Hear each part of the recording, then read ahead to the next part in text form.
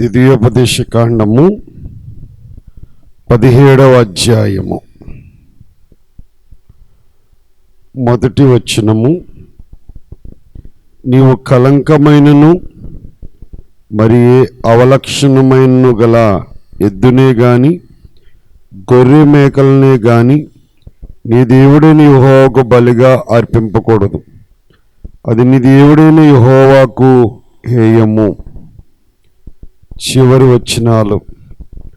తాను తన సహోదరుని మీద గర్వించి ఈ ధర్మమును విడిచిపెట్టి కుడికి గాని ఎడమకు గాని తాను తొలగక ఉండునట్లు తన దేవుడైన యెహోవాకు భయపడి ఈ ధర్మశాస్త్ర వాక్యములన్నిటినీ ఈ కట్టడలను అనుసరించి నడవనేర్చుకున్నట్టుకు అతడు తాను బ్రతుకు దినములన్నిటిను ఆ గ్రంథమును చదువుచుండవలెను.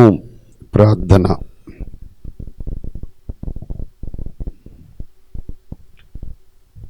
బ్రతుకు దినములన్నిటను ఆ ధర్మశాస్త్ర గ్రంథమును చదవమని,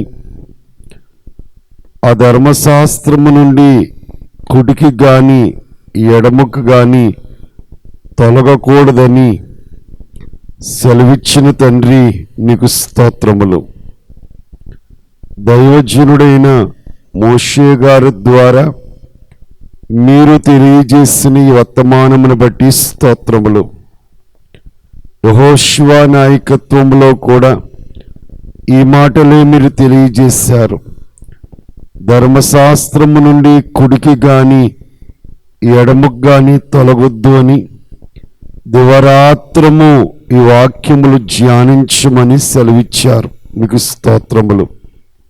దావీదు భక్తుని ద్వారా కూడా యెహోవా ధర్మశాస్త్రమందు ఆనందించచ్చు, దివారాత్రము దాన్ని ధ్యానించి వాడు ధన్యుడు అని సెలవిచ్చారు. మీకు స్తోత్రములు.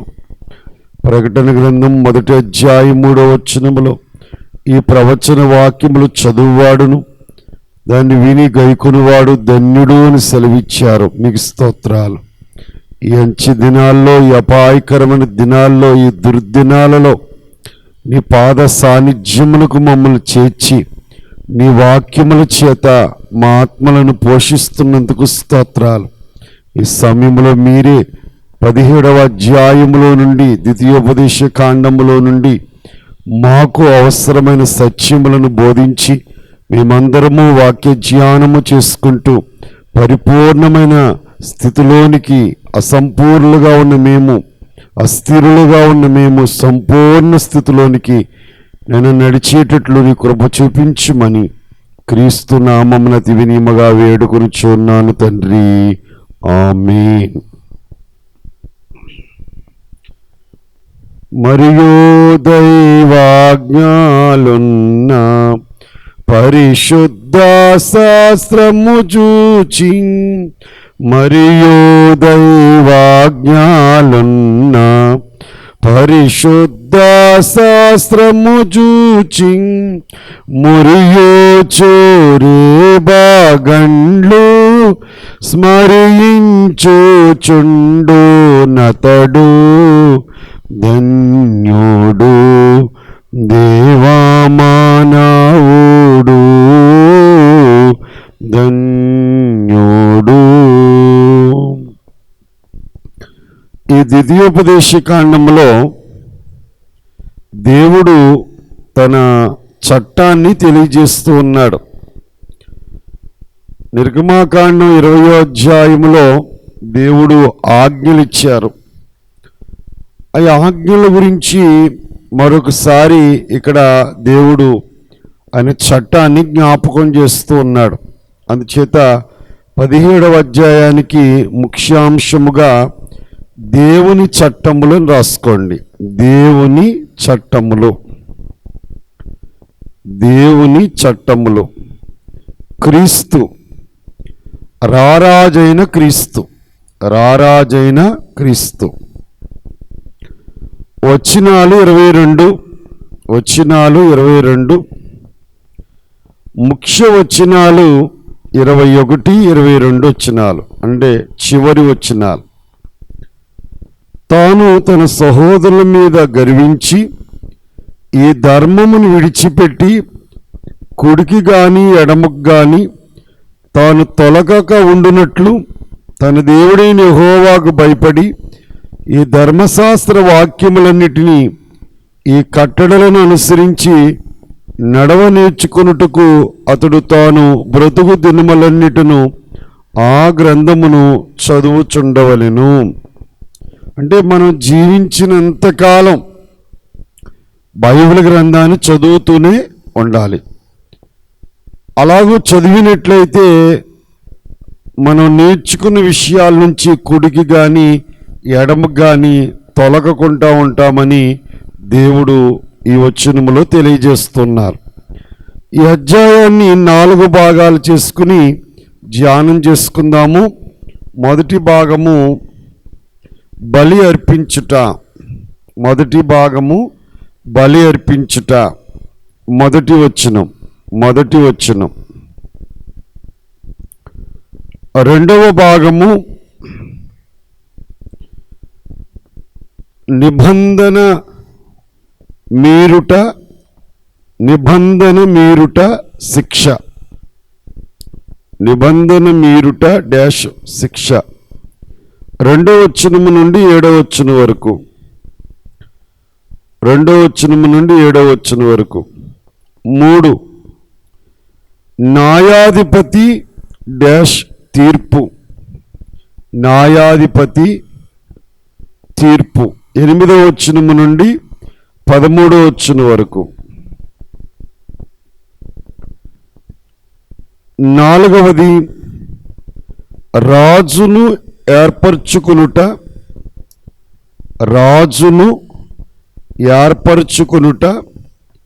రాజు యొక్క లక్షణాలు. 14వ వచనము నుండి 22వ వచనం వరకు. 14వ వచనము నుండి 22వ వచనం వరకు. మొదటిది బలి అర్పించుట. మొదటి వచనం చదువుకుందాం. అందరం కలిసి చదువుదాం. నీవు కలంకమైనను మరి ఏ అవలక్షణమైనను గల ఎద్దునే గాని గొర్రె మేకల్నే గాని నీ దేవుడైన యెహోవాకు బలిగా అర్పింపకూడదు. అది నీ దేవుడైన యెహోవాకు హేయము. దేవుడు ఈ దహన బలి గాని నైవేద్యము, పాప పరిహారార్థ బలి, అపరాధ పరిహారార్థ బలి, ఈ బలులన్నిటి గురించి మాట్లాడినప్పుడు కలంకము లేనిది అర్పించమన్నాడు. అవలక్షణం అంటే శరీర అవయవంలో కాలు, దాని యొక్క అనారోగ్య పరిస్థితి ఏది బాగోపోయినా ఆ గొర్రెని కానీ ఆ మేకని కానీ దేవుడికి అర్పించే పశువుని, గుడ్డిదైనా కుంటిదైనా, వీటిని దేవుడికి అర్పించొద్దు అని దేవుడు స్పష్టంగా తెలియజేశాడు. ఎందుకంటే ఒక అధికారి దగ్గరికి వెళ్ళేటప్పుడు మనం మంచి పదార్థాలు పట్టుకెళ్ళి బహుమానంగా ఇస్తాం. పాడైపోయిన ఇస్తే అధికారి మనకు సహాయం చేయడు. అంటే ఆ అధికారిని మనం గౌరవించలేనట్టే. మన దేవుని కూడా గౌరవించే వారమైన మనము ఆయనకి కానుక ఇచ్చేటప్పుడు, బలిచ్చేటప్పుడు కలంకము లేనివి అర్పించాలి. ఒకవేళ అలా కలంకం కలిగిన అర్పిస్తే నీ దేవుడైన యెహోవాకు అది హేయము. ఇప్పుడు దేవుడే మానవుడిగా వచ్చి మన రక్షణ కొరకు ఆయన బలయ్యారు. ఇదిగో లోక పాపమును మోసుకుని పోచున్న దేవుని గొర్రెపిల్ల. ఇశ్రాయేలు పస్కా బలెప్పుడు 10వ రోజును తెచ్చి 14వ రోజు వరకు ఆ ఏడాది మగ గొర్రె పిల్లను పరీక్షించమన్నాడు. అది ఆరోగ్యకరమైందా బలహీనమైందా అని. అంటే నిర్దోషమైన దాన్ని దేవుడికి బలర్పించాలి. ఇప్పుడు దేవుడు కూడా యేసుక్రీస్తు ప్రభు అనే పస్కా గొర్రె పిల్లని పరిశోధించాడు. ఆయన కూడా ఆయన ఈ లోకములో పవిత్రుడుగా జీవించాడు. పవిత్రుడును, నిర్దోషి, నిష్కల్మషుడు, పాపుల్లో చేరక ప్రత్యేకంగా జీవించాడు యేసు. ఆయన గురించి చెప్పినప్పుడు నేను పరిశుద్ధుడిని చెప్పాడు. ఎందుకంటే నాలో పాపం ఉందని మీలో ఎవరైనా నిరూపించగలరా, స్థాపించగలరా అన్నారు. ఆఖరికి పిలాతు ఆయనలో ఏ దోషం లేదన్నాడు జడ్జి. అంటే ఆయన మీద నేరాలు మోపడానికి వచ్చిన వారు ఎన్ని నేరాలు మోపినా ఒక్క నేరాన్ని కూడా ఆయన మీద రుజువు చేయలేకపోయారు. అందుచేత యేసుక్రీస్తు ప్రభు అనే నిష్కలంకమైన గొర్రెపిల్ల మన కొరకు దేవుడు ఇచ్చాడు, అర్పించబడ్డాడు.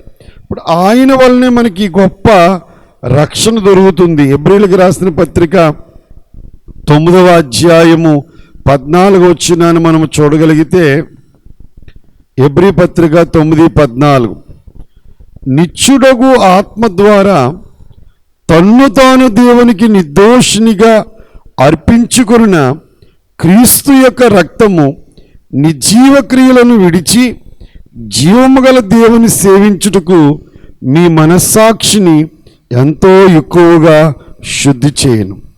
ఇప్పుడు యేసుక్రీస్తు వారి యొక్క రక్తం ఎలాంటిది అంటున్నాడు ఆయన? నిర్దోషము, అమ్మా, నిర్దోషమైన రక్తము. ఈ మాట పేతురు రాసిన మొదటి పత్రిక 1వ అధ్యాయము 18-19 వచనాల్లో, పేతురు రాసిన మొదటి పత్రిక 1వ అధ్యాయం 18-19 వచనాలు. 19వ వచనం, అమూల్యమైన రక్తము చేత అనగా నిర్దోషమును నిష్కలంకమునకు గొర్రెపిల్ల వంటి క్రీస్తు రక్తము చేత విమోచించబడుతురని మీరు ఎరుగుదురు కదా. యేసుక్రీస్తు ప్రభు ఎవరో? నిర్దోషి, నిష్కల్మషుడు. ఆయన చిందించిన రక్తము చేత మనమందరము రక్షించబడ్డాం. అంటే పాపమందు చచ్చిన మనలను క్రీస్తు రక్తం ఏం చేసింది? బ్రతికించింది. నిర్జీవ క్రియల నుండి చెప్పండి నిజమైన జీవితం జీవించే కృపించింది. ఇప్పుడు పాత నిబంధనలో బలున్నాయి కాబట్టి దేవుడు బలి ఇచ్చేటప్పుడు ఆ ఎద్దు కానీ గొర్రె కానీ మేక కానీ కలంకం లేనిది ఇమ్మన్నాడు. కొత్త నిబంధనలో యేసు మన కొరకు బలి అయ్యాడు కనుక ఇక ఈ జంతు పశు బలి మనకు లేదు. ఇప్పుడు దేవుడికి మనమిచ్చే బలి ఏంటి? మనం ఇవ్వవలసిన బలి ఏంటి? చదువుదాం. రోమీలకు రాసిన పత్రిక 12వ అధ్యాయం 1వ వచనం. రోమా పత్రిక 12 1వ వచనం. పరిశుద్ధమును దేవునికి అనుకూలమునైన సజీవ యాగముగా మీ శరీరములను ఆయనకు సమర్పించుకునుడని దేవుని వాత్సల్యమును బట్టి మిమ్మల్ని. కాబట్టి సహోదరులారా, ఇప్పుడు మనమందరము దేవుడికి అర్పణ అవ్వాలి. ఎలాగా? కలంకం ఉన్న పశువు దేవుడికి అంగీకారం కాదు. ఇప్పుడు మనం కలంకం కలిగిన వారమై ఉండి పాటలు పాడితే దేవుడికి మహిమ అంటారా? ఇక్కడ 142వ పేజీ అమ్మ, 142వ పేజీ 12వ అధ్యాయం 1వ వచనం. పరిశుద్ధమును దేవునికి అనుకూలమునైన సజీవ యాగముగా మీ శరీరాలకి సమర్పించుకోవాలని దేవుని వాత్సల్యాన్ని బట్టి బతిమాలుతున్నాను అన్నాడు. ఇప్పుడు మనం ఈ నోటితో పాటలు పాడుతున్నాం అమ్మా, ఈ నాలుగుతో దేవుని స్తుతిస్తున్నాం. ఇప్పుడు ఇదే నోరుతో బూతు మాటలు మాట్లాడి, ఇదే నోటితో అసహ్యమైన మాటలు మాట్లాడి, ఇదే నోటితో వచ్చి దేవుని స్తుతిస్తే ఆ ఆరాధన దేవుడికి ఇష్టమంటారా? నీ కంఠస్వరం మంచి కంఠస్వరం ఇచ్చాడు, నువ్వు బాగా పాడగలవు, కోకిల్లా పాడతావు. కానీ నీ యొక్క స్వరము ద్వారా మనుషులు ఏమైనా సంతోషపడొచ్చేమో శరీరాలు, కానీ దేవుడికి ఆ ఆరాధన అంగీకారమా?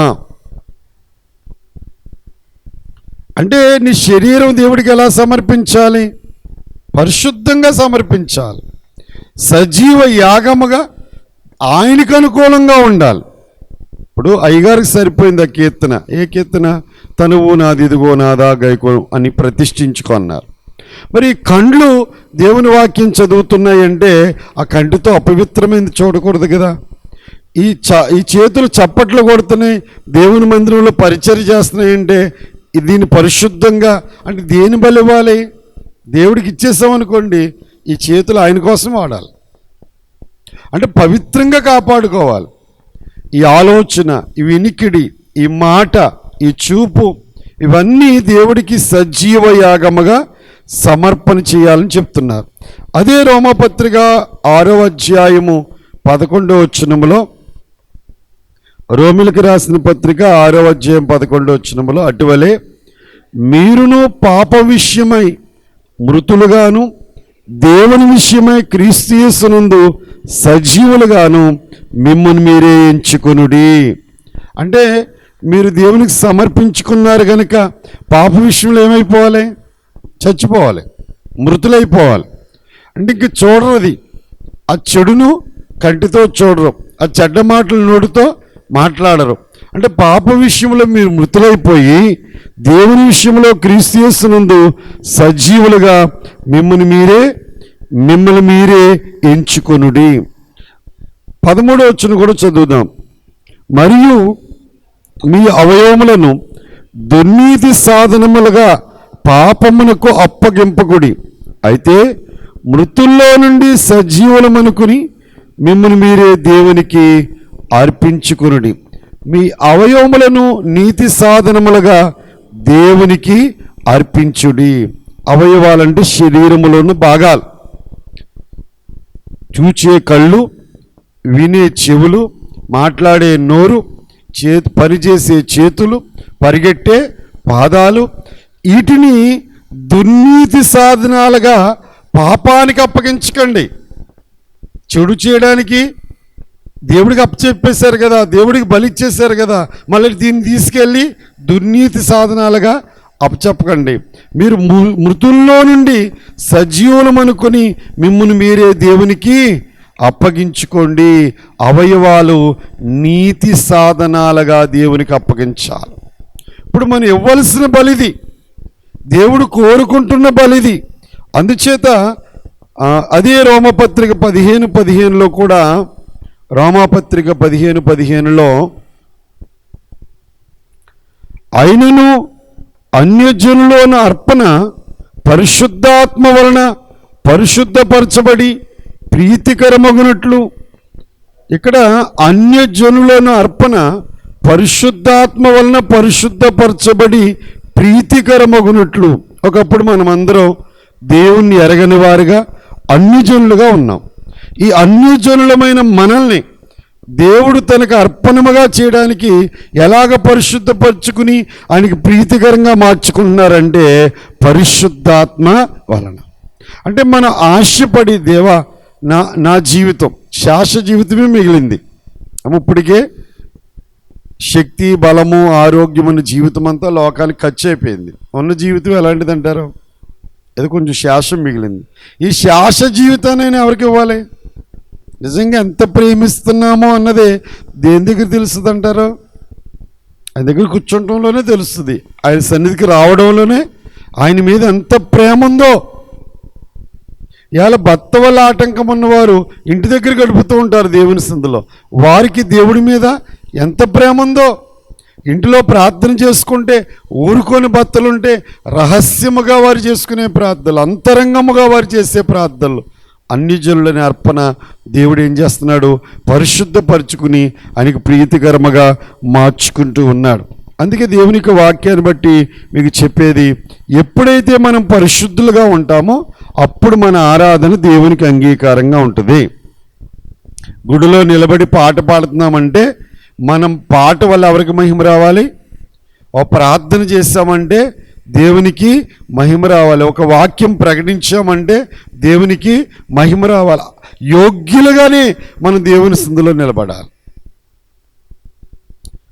ఒక దుర్నీతి క్రియ చేసిన వ్యక్తి గుడిలో పాటలు బాగా పాడతాడని మైకిస్తే ఆ వ్యక్తి పాట పాడతాడు, కానీ దేవుడికి మహిమ అంటారా?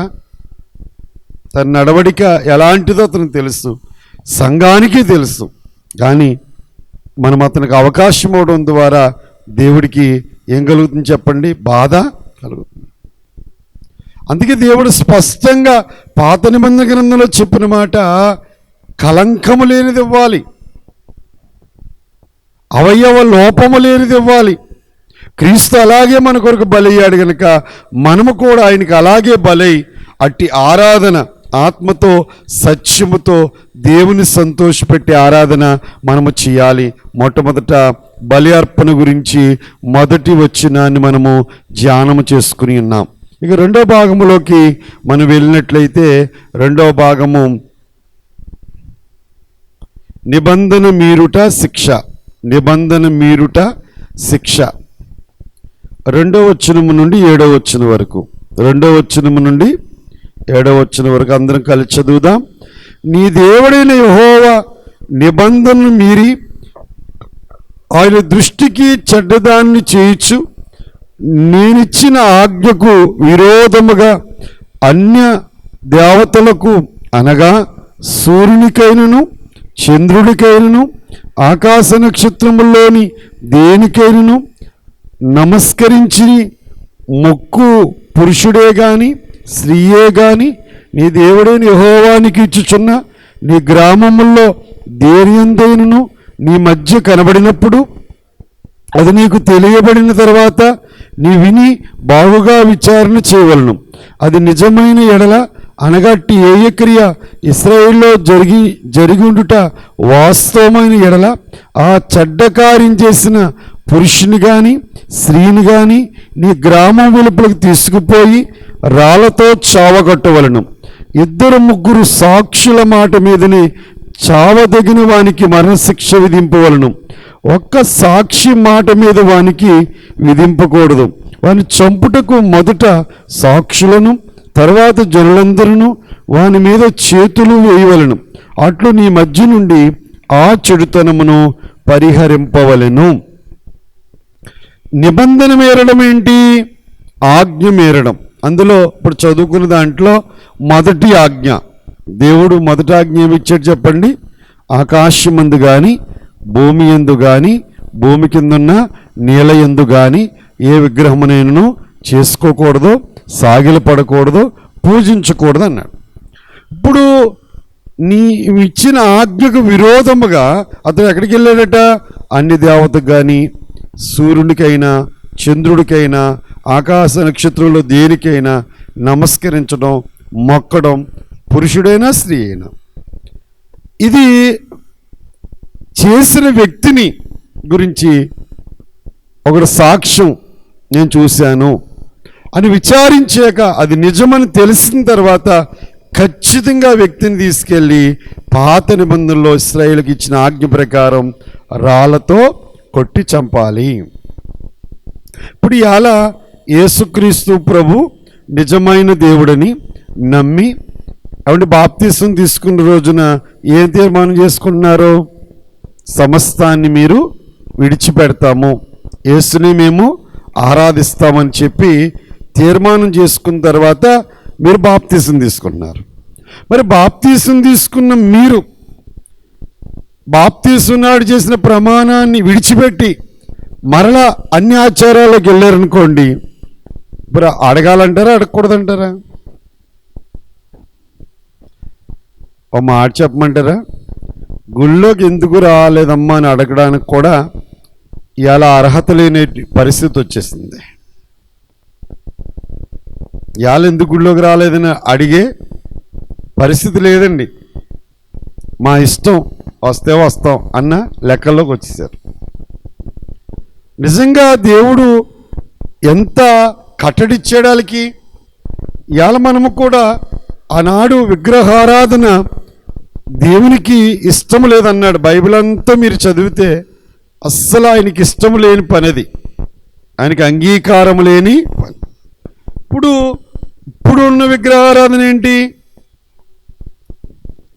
దేవుని కంటే దేనిని ఎక్కువ ప్రేమించినా అది విగ్రహారాధన సమానం.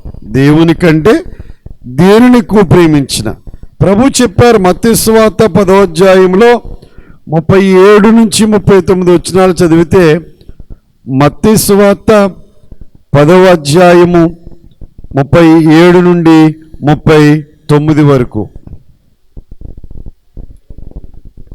తండ్రినైనను తల్లినైనను నాకంటే ఎక్కువగా ప్రేమించేవాడు నాకు పాత్రుడు కాడు. కుమారునైనను కుమార్తెనైనను నాకంటే ఎక్కువగా ప్రేమించేవాడు నాకు పాత్రుడు కాడు. తన సిలువనెత్తుకుని నన్ను వెంబడింపనివాడు నాకు పాత్రుడు కాడు. తన ప్రాణము దక్కించుకునివాడు దాన్ని పోగొట్టుకును, గాని నా నిమిత్తము తన ప్రాణమును పోగొట్టుకునివాడు దాన్ని దక్కించుకొనును. దేవుడు ఎంత స్పష్టంగా ఇక్కడ చెప్పారు, తండ్రినైనను తల్లినైనను నాకంటే అంటే దేవుని కంటే ఎక్కువగా ప్రేమించకూడదు అన్నాడు. కుమారుణ్ణైనను కుమార్తెనైను ఎవరికంటే ఎక్కువ ప్రేమించకూడదు అమ్మా? దేవుడు ఎక్కువ, కుమారుడు ఎక్కువ? దేవుడు ఎక్కువ, కుమార్తె ఎక్కువ? ఎందుకే ఆ కుమార్తెను ఎవరిచ్చారు? ఆ కుమారుని ఎవరిచ్చారు? కనుక ఇవాళ మనుషులు దేవుడి దగ్గర నుంచి పొందుకున్నాక దేవుడు ఇచ్చినవే ప్రేమిస్తున్నారు, కానీ దేవుని మాత్రం ప్రేమించడం వల్ల. ఈ మాట కంఠస్థగా మనసులో పెట్టుకోండి.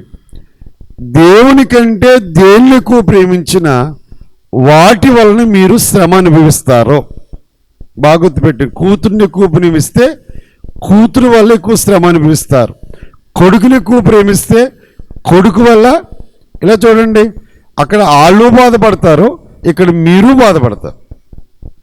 ఎందుకు వాళ్ళకి మీకు శ్రమ వచ్చింది? దేవుని కంటే ఎక్కువ ఎవరికి స్థానం ఇచ్చారు మీరు?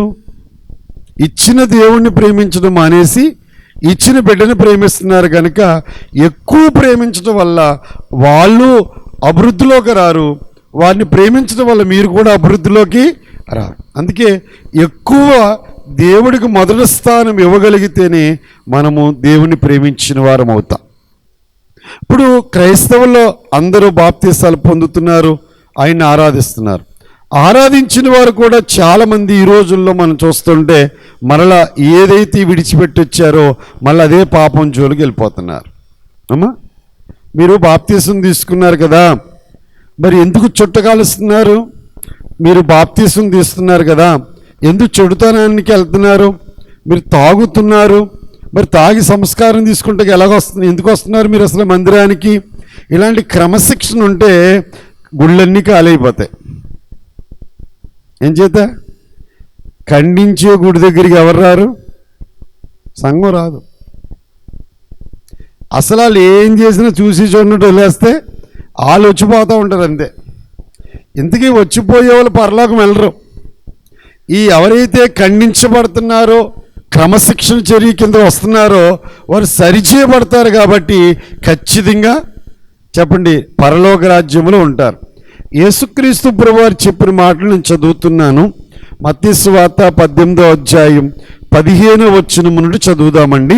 మత్తయి సువార్త 18:15. మరియు నీ సహోదరుడు నీ ఎడల తప్పిదము చేసిన ఎడల నీవు పోయి నీవును అతడును ఒంటరిగా ఉన్నప్పుడు అతన్ని గద్దించుము.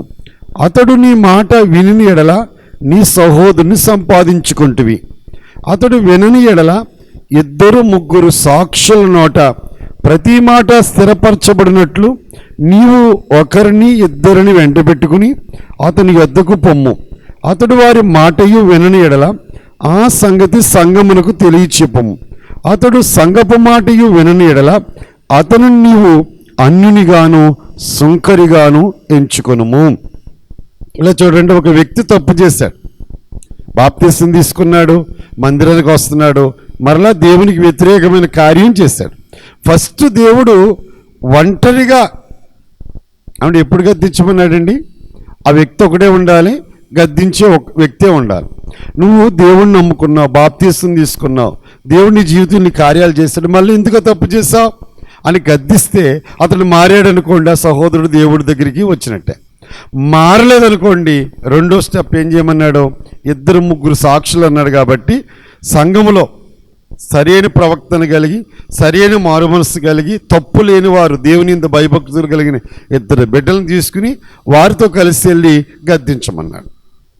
అలా కూడా మారలేకపోతే అప్పుడు మారితే దేవునికి స్తోత్రం, మారకపోతే సంఘవిధుడు చెప్పామన్నాడు, ఫలానా వ్యక్తిని నేను ఒంటరిగా గద్దించాను, అతనిలో మారు ఫలానా వాళ్ళని తీసుకెళ్ళానయ్యా, నిజమైన తీసుకెళ్ళానా అని సంఘవిధుడు అవును వచ్చావు ఏమన్నాడు చెప్పండి అని అడిగితే అతనిలో మార్పు రాల.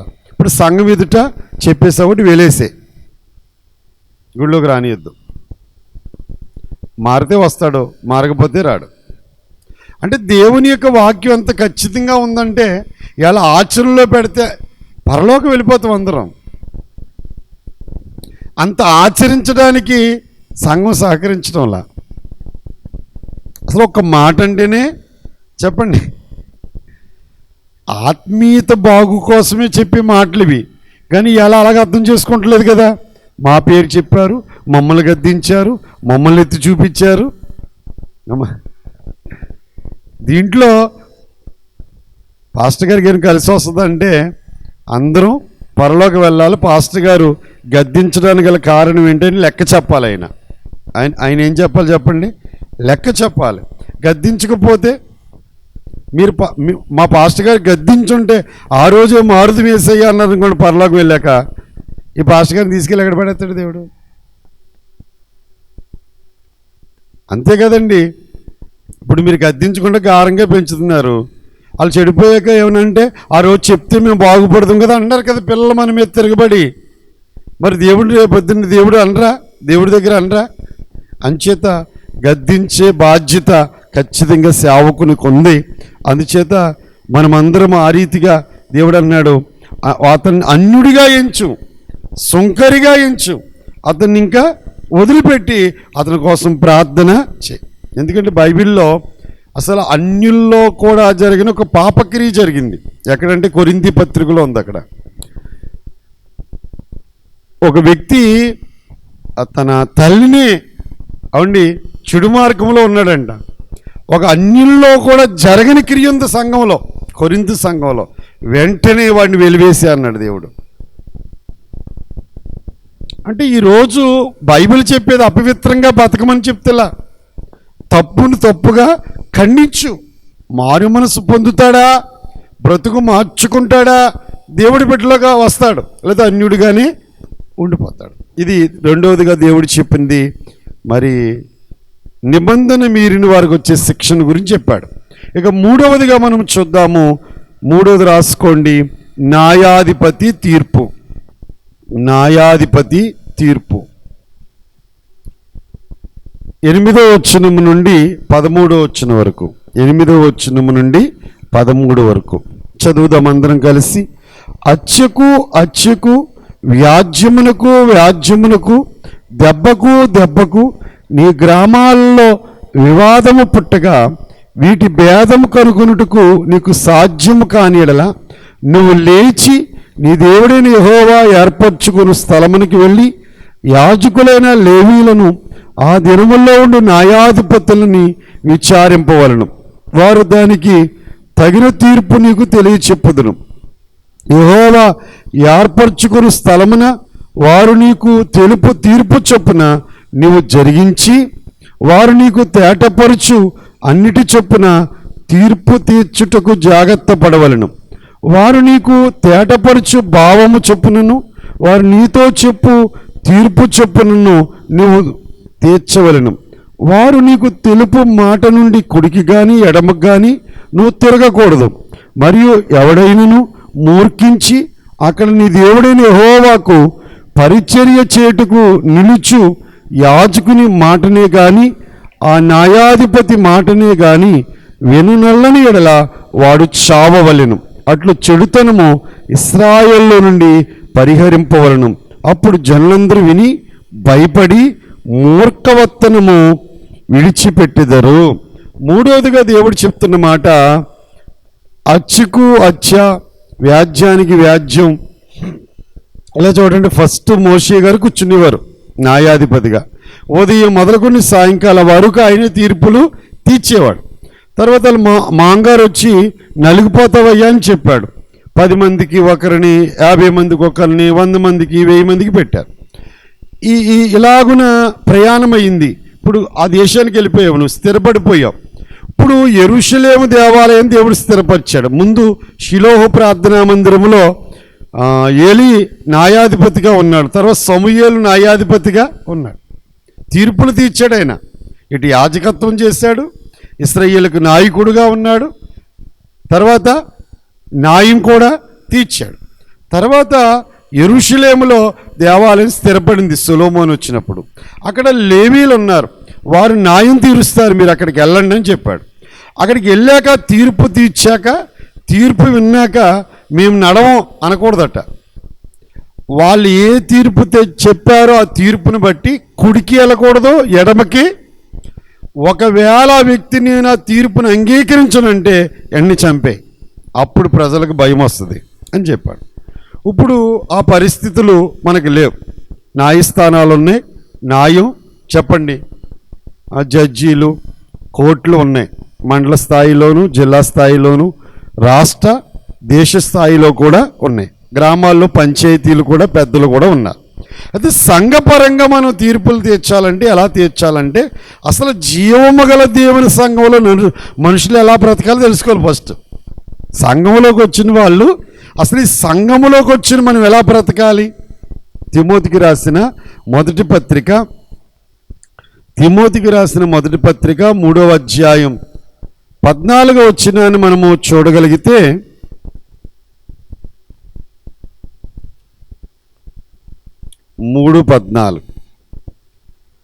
శీఘ్రముగా నీ యొద్దకు వచ్చుటను నిరీక్షిస్తున్నాను, అయినను నేను ఆలస్యము చేసినడలా దేవుని మందిరములో అనగా జీవము గల దేవుని సంఘములో జనులలాగ ప్రవర్తింపవలను అది నీకు తెలియవలనని ఈ సంగతులు నీకు వ్రాయిచున్నాను. మీరు ఇంటికి వెళ్ళిన తర్వాత తిమోతికి రాసిన మొదటి పత్రిక, తిమోతికి రాసిన 2వ పత్రిక, తీతు పత్రిక, ఈ 3 పత్రికలు చదివితే జీవము గల దేవుని సంఘంలో మనుషులు ఎలా ఉండాలనేది రాశాడు పౌలు. ఈ సంఘంలో సభ్యులుగా ఉన్నవారు, ఇది ఎవరి సంఘం? ఇది మనం ఎవరో అండి, జీవము గల దేవుని సంఘం. మనం ఎలా ప్రవర్తించాలనంట స్పష్టంగా రాయిచున్నాడు. ఈ విషయాలన్నీ తెలియజేస్తున్నాడు. ఇవన్నీ మీరు చదివితే నేను చెప్తున్నాను, ఒక భార్య ఎలాగుండాలి, ఒక భర్త ఎలాగుండాలి, ఒక తండ్రి ఎలాగుండాలి, ఒక తల్లి ఎలాగుండాలి, మందిరంలో సంఘ నాయకుడు ఎలాగుండాలి, సేవకురాలు ఎలాగుండాలి, సేవకుల పిల్లలు ఎలాగుండాలి, గుడి తుడిచే పరిచారికులు ఎలాగుండాలి, ఈ 3 పత్రికల్లో స్పష్టంగా చెప్పాడు. అంటే జీవము గల దేవుని సంఘములో ఎలాగుండాలో దేవుడు క్రమం రాసి పెట్టాడు. బైబిల్ చదవరో, బైబిల్కి మాకు సంబంధం లేదు, ఏదో మొక్కుబళ్ళు, కార్యాలు జరిగితే చాలు, తలపోటు తగ్గితే చాలు, చెప్పండి అనుకున్నదే జరిగితే చాలు, వస్తారు వెళ్ళిపోతారు అందరు. మరి అదేం బైబిల్ అలా చెప్తలేదు. అది స్వరక్తం ఇచ్చి నేను సంపాదించుకున్నాడు, రేపు ఆయన అంతరంగంలోకి నీవు చేరాలి. అందుకే దేవుడు ఒక క్రమమైన పద్ధతిని నేర్పించాడండి. ఏకపత్ని పురుషుడిగా ఉండాలి అంటే రక్షణ పొందిన వ్యక్తి ఎలాగ ఉండాలి? ఒకే భార్యని కలిగి ఉండాలి, ఒకే భర్తను కలిగి ఉండాలి, జగడమాడకూడదు, ఇంటి వారిని ఏలేలాగా ఉండాలి, పిల్లల్ని క్రమశిక్షణలో పెంచేలాగా ఉండాలి, దేవుని భయములో భక్తిలో కలిగి ఉండాలి, మద్యపానం తీసుకోకూడదు. ఎన్ని ఉన్నాయండి. ఎంత నమ్మకంగా ఉండాలి. ఒకవేళ నువ్వు పనివాడిగా ఉన్నావంటే యజమానుడు ఎలాగ ఉండాలో కూడా రాశాడు ఆయన. నువ్వు పనివాడు అయితే యజమానుడి దగ్గర ఎలాగ ఉండాలి, నువ్వు యజమానుడు అయితే నీ కింద పనివాళ్ళని ఎలా చూడాలి, ఇవన్నీ సంఘములో ఉన్న క్రమం అంతా నేర్పించాడు. అందుకే బైబిల్లో చెప్తుంది, యెషయా గ్రంథము 28వ అధ్యాయం 26వ వచనం, యెషయా గ్రంథము 28:26,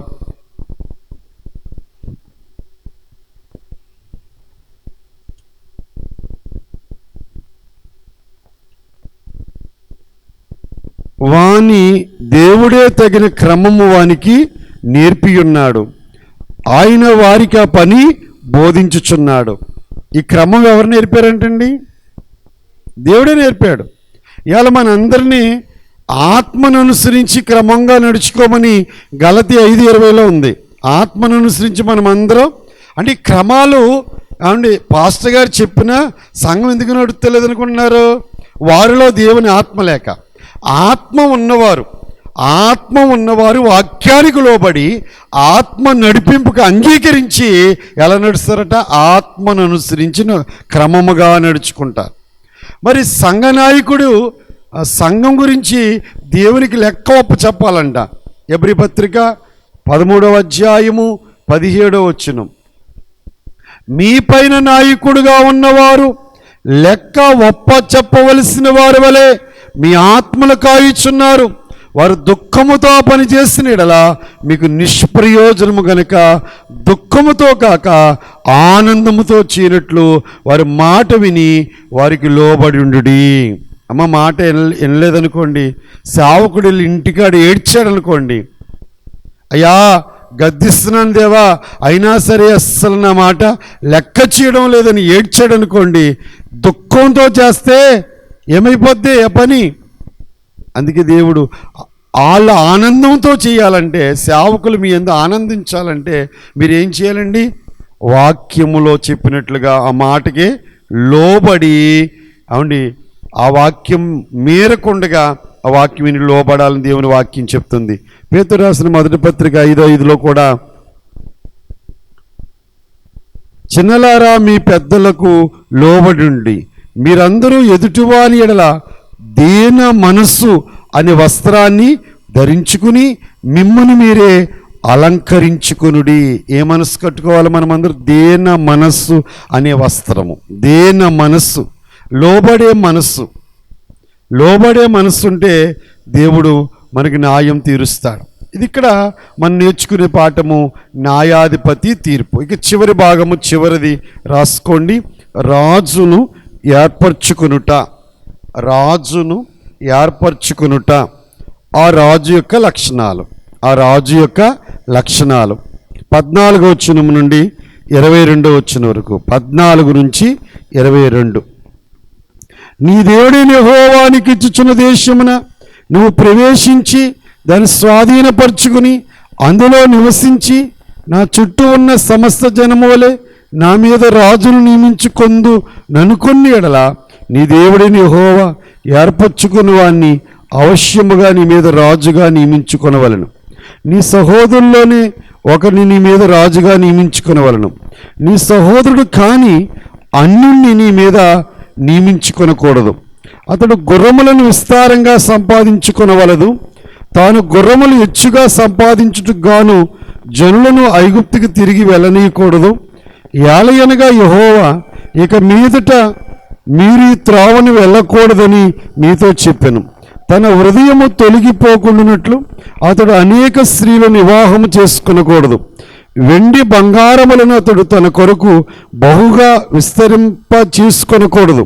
మరియు అతడు రాజసింహాసనమందు ఆసీనుడైన తర్వాత లేవీలైన యాజకుల స్వాధీనములో ఉన్న గ్రంథమును చూచి ఆ ధర్మశాస్త్రములకు ఒక ప్రతిని తన కొరకు రాసు కొనవలెను.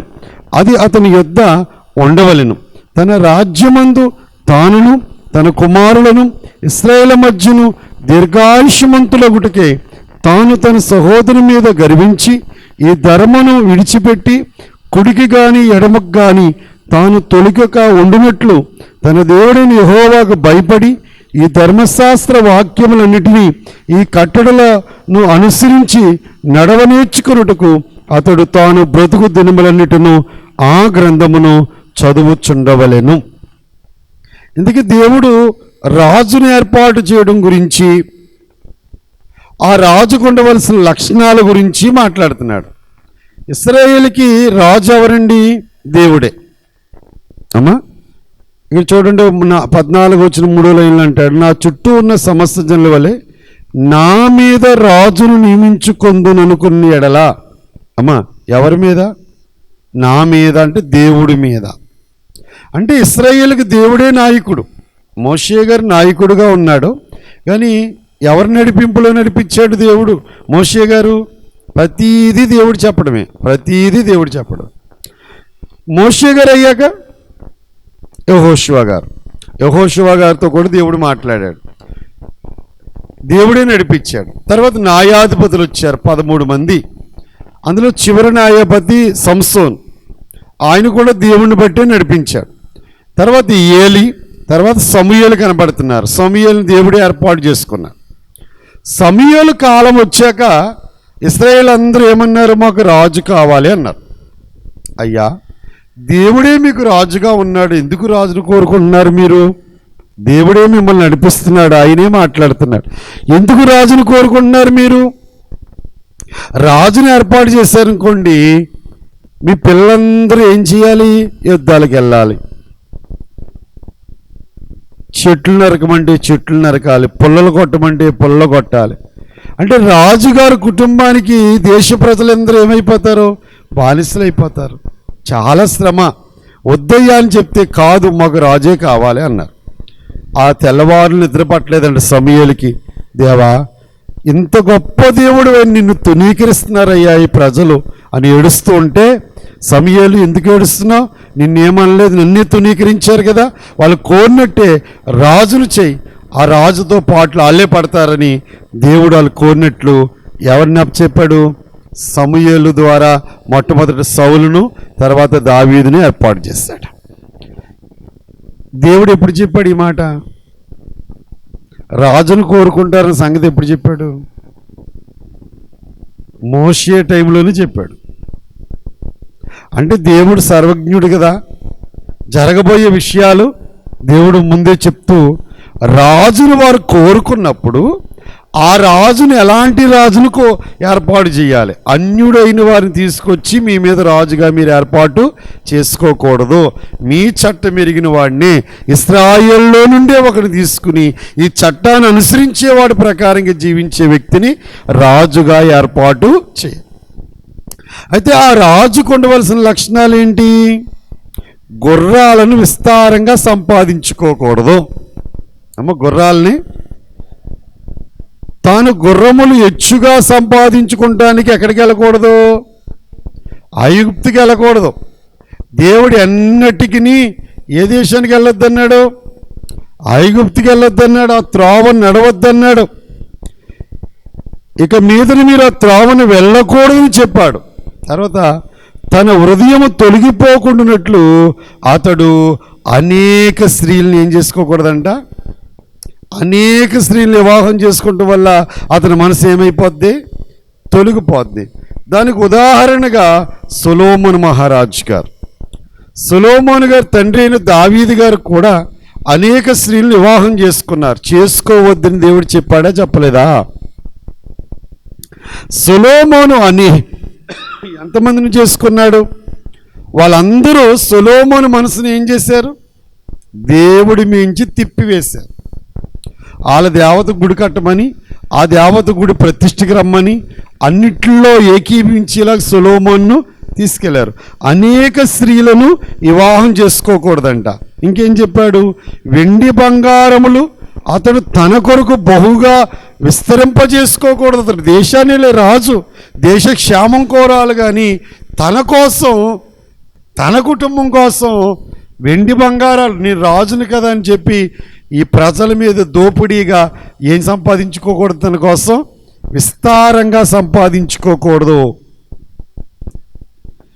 విస్తరింపజేసుకోకూడదు. తర్వాత అతడు రాజసింహాసనమందు ఆసీనుడైన తర్వాత లేవీయులైన యాజకుల స్వాధీనములో ఉన్న గ్రంథమును చూచి ఆ ధర్మశాస్త్రమును ఒక ప్రతిని తన కొరకు రాసుకొనవలెను.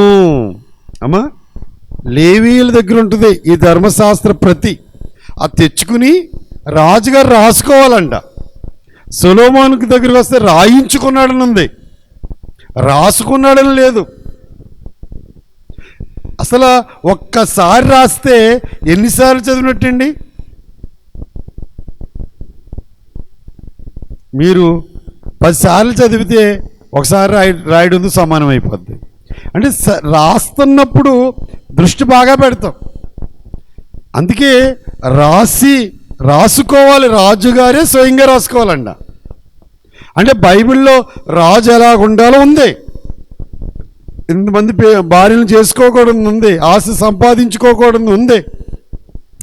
ఇవన్నీ ఆయనే రాసుకుంటే దాని ప్రకారం ఏం చేస్తాడు? ఆయన నడుచుకుంటాడు. ఇవాళ బైబిల్ రోజు ఎందుకు చదవమన్నాడు దేవుడు? అసలేనండి ఇక్కడ నేను వాక్యం చెప్తుంటే అన్నీ మాకు తెలుసు కదా అన్నట్టు ఇన్ని వాళ్ళు ఉన్నా తెలుసు మీకు. మరి అన్నీ తెలిసినప్పుడు ఎందుకు నడుస్తలేదు దాని ప్రకారంగా? చెప్పినప్పుడే గుర్తొస్తున్నాయి, జీవితంలో గుర్తురాట్లా. ఇక్కడ మాత్రం ఇవన్నీ తెలుసు అన్నట్లు ఉంది అంతే. ఆడికి వెళ్ళాక బయట అబద్ధం ఆడేటప్పుడు అబద్ధం ఆడకూడదన్న మాట గుర్తురాట్ల, మోసం చేయకూడదన్న దగ్గర మోసం చేయకూడదన్న మాట గుర్తురాట్ల. ఎందుకు కుడికి ఎడమ తొట్టిల్లిపోతున్నావు నువ్వు? అందుకే అక్కడ మాట ఆయన అన్నాడు, అది అతని యొద్ద ఉండవలెను. రాసిన ప్రతి ఎవరి దగ్గర ఉండాలి? రాజుగారి దగ్గరే ఉండాలి.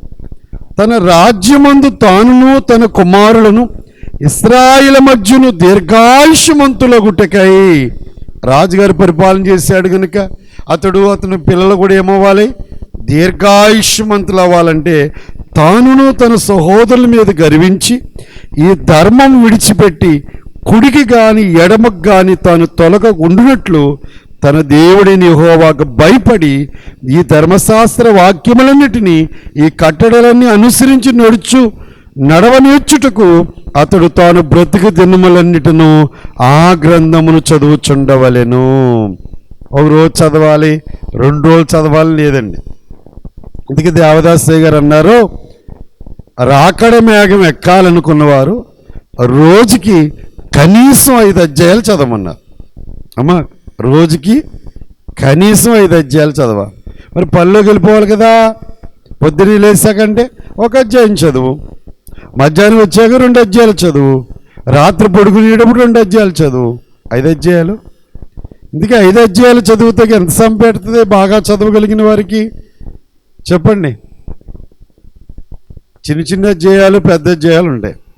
ఎంత తక్కువ వేసుకున్నా ఒక పావు గంట 20 నిమిషాలు. అమ్మా, బాగా చదువు తక్కువగా ఉన్నవారు గుడించుకునే వాళ్ళు కొంచెం ఎక్కువ సమయం పట్టవచ్చు.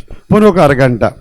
చదివేటప్పుడు కూడా చదివేశాము అన్నట్లు చదువుతారు. మీరు చదివిన దాంట్లో ఏముందమ్మా ఇవాళ చదివిన దాంట్లో అంటే గ్రహిస్తూ చదివిన వారు చెప్పగలరు, మనసు పెట్టి చదివిన వాళ్ళు చెప్పగలరు. ఏం చదివారంటే చదివానంటారు అంతే. ఇంకా విచిత్రం చెప్పమంటారా? చదివిన అధ్యాయం చెప్పలేరు, గ్రంథం చెప్పలేరు, చదివామన్న మాట గుర్తుంది. దానివల్ల ప్రయోజనం ఉందా? మీరు మనసు పెట్టి చదవండి ఒక అధ్యాయం. ఈ అధ్యాయములు ఈ మాటలు ఉన్నాయి, పోనీ అవన్నీ వద్దు. ఈ ఆల్టికి 20 రోజులు అవుతుంది సన్నిధిలోకి వచ్చాం, 17 అధ్యాయాలు ధ్యానం చేసుకున్నాం. ఏ అధ్యాయంలో ఏముందమ్మా అని అడిగితే చెప్పగలిగిన వాళ్ళు ఎంతమంది ఉన్నారు? తిరిగే ఎలా పుస్తకాలు?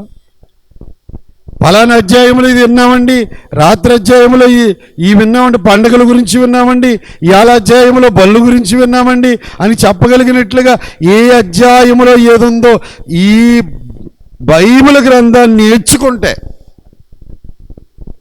ఆయన వాక్కు పంపి బాగు చేసినందే. వాక్యం చదువుతుంటేనే బాగుపడతామండి. చాలా జబ్బులు పోతాయండి. పాపం అనే జబ్బు ముందు పోద్ది, పాపం వల్ల వచ్చిన వ్యాధి కూడా తగ్గిపోద్ది. దేవుని మాట శ్రద్ధగా వింటే, శ్రద్ధగా చదివితే, మనసుతో చదవండి. అందుకే అలా అధ్యాయం మనసు పెట్టి చదివితే ఖచ్చితంగా ఇవాళ చదివిన అధ్యాయులు ఈ విషయాలు ఉన్నాయి అని ఇక్కడ ఫీడ్ అవుతాయి మనకి. అవునా? ఏమనుకోవద్దు, లోక విషయాలు ఎన్ని ఏళ్ళైనా మర్చిపోతలా. అవి ఉపయోగం అంటారా? నష్టమే కదా ఇవన్నీ. ఒకరి మీద చెప్పుకుని అన్నీ వాళ్ళ కథలు, వాళ్ళ స్టోరీలు అంతా పాప జీవితం అంతా వేద్దాం. అవి మాత్రం డిలీట్ అవుతలేదు మన జీవితంలోంచి. ఏది డిలీట్ అయిపోతుంది? వాక్యం.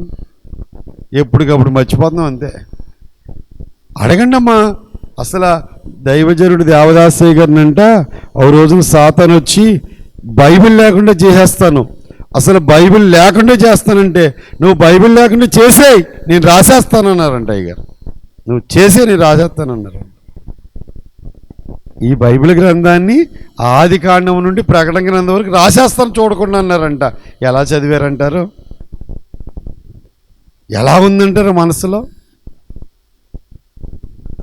అలా చదివితే మన జీవితాలు వాక్యం సత్యము ఖచ్చితంగా వాళ్ళ జీవితాలు వద్దెళ్తాయండి. మనల్ని వద్దల చేసేది వాక్యమే. అందుకే కుడికి కానీ ఎడమకు కానీ తొలగకుండా ఉండేటట్లుగా ప్రతిరోజు చదువు వాక్యం, ప్రతిరోజు చదువు వాక్యం. దావీదు అన్నమాట, భక్తుడు 1వ కీర్తనలు అన్నమాట ఏంటి? దివా రాత్రం అన్నాడు. మనం ఉద్యోగాలకు వెళ్ళిపోయి, వ్యాపారాలకు వెళ్ళిపోయి, కూలి పనికి వెళ్ళిపోయి ఒక 5 అధ్యాయాలు చదవాలంటే 5 అధ్యాయాలు కూడా చదువుతలేదండి, 1 అధ్యాయం కూడా చదువుతలేదండి. ఇక దేవుణ్ణి ఏం ప్రేమిస్తున్నారు వీళ్ళు? దేవుడి మీద ఏం ఆసక్తి ఉంది వీళ్ళకి? దేవుడు ప్రేమ గ్రంథం మనకి రాసిస్తే ఈ గ్రంథాన్ని చదివే స్థితిలో లేరు. మాటలాగా కోట్ల దాటిపోయేలా మాట్లాడుతున్నారు. బైబిల్ నుంచి ఒక మాట చెప్పండి అమ్మా అంటే తడుకుంటా ఉంటారు. దేవుడి మాటలు ఉన్నది ఉన్నట్టు చెప్పండి. ఏమి దీనికి కలిపేసి వ్యాఖ్యానాలు ఏం చెప్పకల్లా ఉన్నది ఉన్నట్లు గ్రహిస్తే మనకు చాలు మన జీవితానికి. అందుకే బైబిల్ని ఈ రోజు నుంచి అయినా సరే ఏం చేయండి, నేను అంటాను, యవనస్తులు ఉంటే లైవ్లో అయిన వాళ్ళు మోకాల మీద చదవండి, బాగా ఎక్కుతుంది బొరకే. మోకాల మీద చదవండి. ఒక అధ్యాయం చదివిన దృష్టి అంతా దేవుడు వాక్యం మీద ఉంటుంది. చదివే టైంలో హృదయములకు వెళ్ళేటట్లుగా చదవండి. చదివేవాడు ధన్యుడు, వినేవాడు ధన్యుడు, గైకొనేవాడు ధన్యుడు. అందుచేత ఈ లక్షణాలు ఇప్పుడు మనం చదువుకునే భాగంలో ఈ లక్షణాలు రాజులకు ఉండాలని, రాజ్యమేలే వారికి ఉండాలని ఇక్కడ రాశాడు. ఇవాళ సంఘ కాపురులు కూడా ఈ లక్షణాలు ఉండాలి, సంఘ నాయకులు కూడా ఈ లక్షణాలు ఉండాలి, రాజకీయంలో అధికారులుగా ఉన్న రాజులకు కూడా ఈ లక్షణాలు ఉండాలి. ఏ లక్షణాలు ఉండాలి చెప్పండి మరొకసారి. ఒకటి, గుర్రములు సంపాదించుకుంటాక ఐగుప్తికి, అంటే గుర్రాన్ని సంపాదించుకుంటున్న తర్వాత బలాన్ని సంపాదించుకుని అతిశయిస్తూ ఉంటాడు కాబట్టి సంపాదించుకోవద్దన్నాడు. విస్తారంగా స్త్రీల వివాహం చేసుకోవద్దన్నాడు. ఆస్తిని సంపాదించుకోవద్దన్నాడు. తర్వాత చెప్పండి, వాక్యం చదివి దాని ప్రకారంగా ఒక నాయకుడు కనుక కాపరి పత్రికలన్న మొదటి పత్రిక, రెండో పత్రిక తిమోతి పత్రికలు, 3 తీతు పత్రిక, ఈ 3 పత్రికలో బోధకుల గురించి చాలా బాగా చెప్పాడు పౌలు. ఎందుకంటే జీవము గల దేవుని సంఘములో నాయకులు ఎలా ఉండాలి, ఆ వాక్య ప్రకారంగా మనం నడవగలిగితే మనమందరం మోక్షం చేరగలుగుతాం. అట్టి ధన్యత తత్వదేవుడు పరిశుద్ధాత్మ తండ్రి మనందరికీ దానము చేయును గాక. ఆమేన్. మోకరిద్దాం. దిద్దుకొనుము నిన్ను నీవే, దిద్దగలవు సభను పిదప. దిద్దుకొనుము నిన్ను నీవే, దిద్దగలవు సభను పిదప. దిద్దుకొనని నీ కంటిలో పెద్ద దోల మందురు కొందరు, ఏకాంత స్థలము కోరుము దేవుని ప్రార్థింప, ఏకాంత స్థలము చేరుము. ఏకాంత స్థలము చేరి మోకాళ్ళ మీద ఉండి, ఏకాంత స్థలము చేరి మోకాళ్ళ మీద ఉండి, లోక ఆశలను మదికి రాకుండా చూచుకొనుము, ఏకాంత స్థలము కోరుము దేవుని ప్రార్థింప, ఏకాంత స్థలము చేరుము. యెహోవా ధర్మశాస్త్రమందు ఆనందించుచు దివరాత్రము దాన్ని ధ్యానించేవాడు ధన్యుడు. ఈ 17వ అధ్యాయములో బలి అర్పణ గురించి విన్నాము. ఈనాడు యేసు నీ కొరకు బలయ్యాడు. ఆయన నిర్దోషమైన లోకపాపమును మోసుకునే గొర్రెపిల్ల, పవిత్రుడు, నిర్దోషి, నిష్కల్మషుడు. ఇప్పుడు నీవు దేవునికి బలవ్వాలి అనగా నీ అవయవములను పాప సాధనంగా వాడకూడదు. నీ దేహాన్ని దేవుడికి సమర్పించు.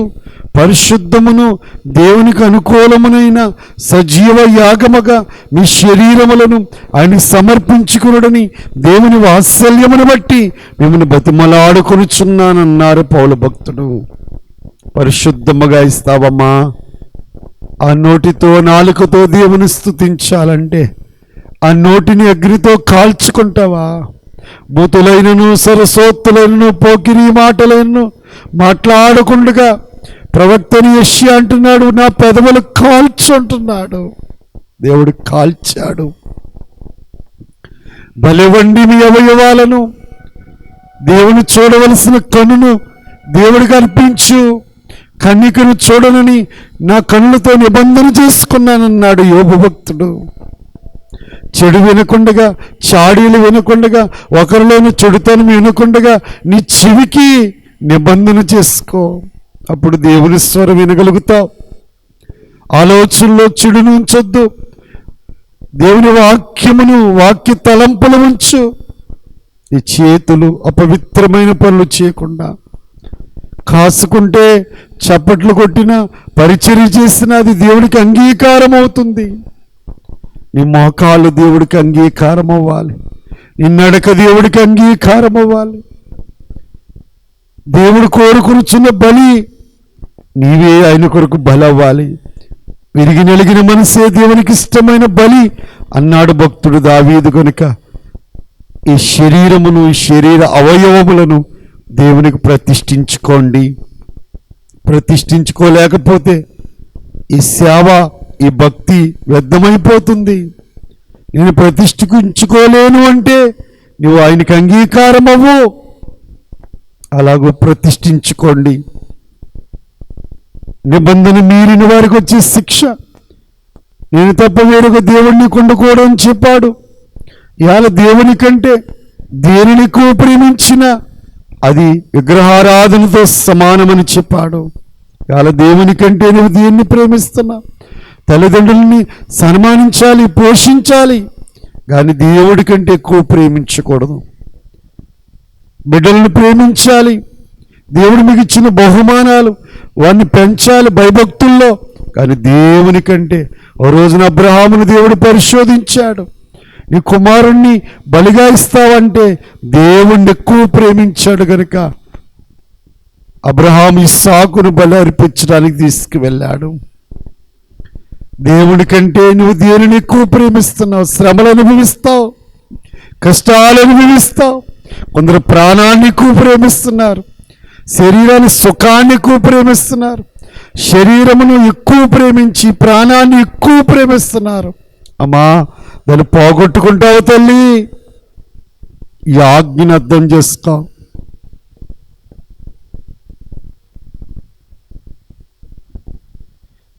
దేవునికి వ్యతిరేకమైనవి ఈ జీవితంలో ఉండకూడదు. సరి చేసుకోవాలి.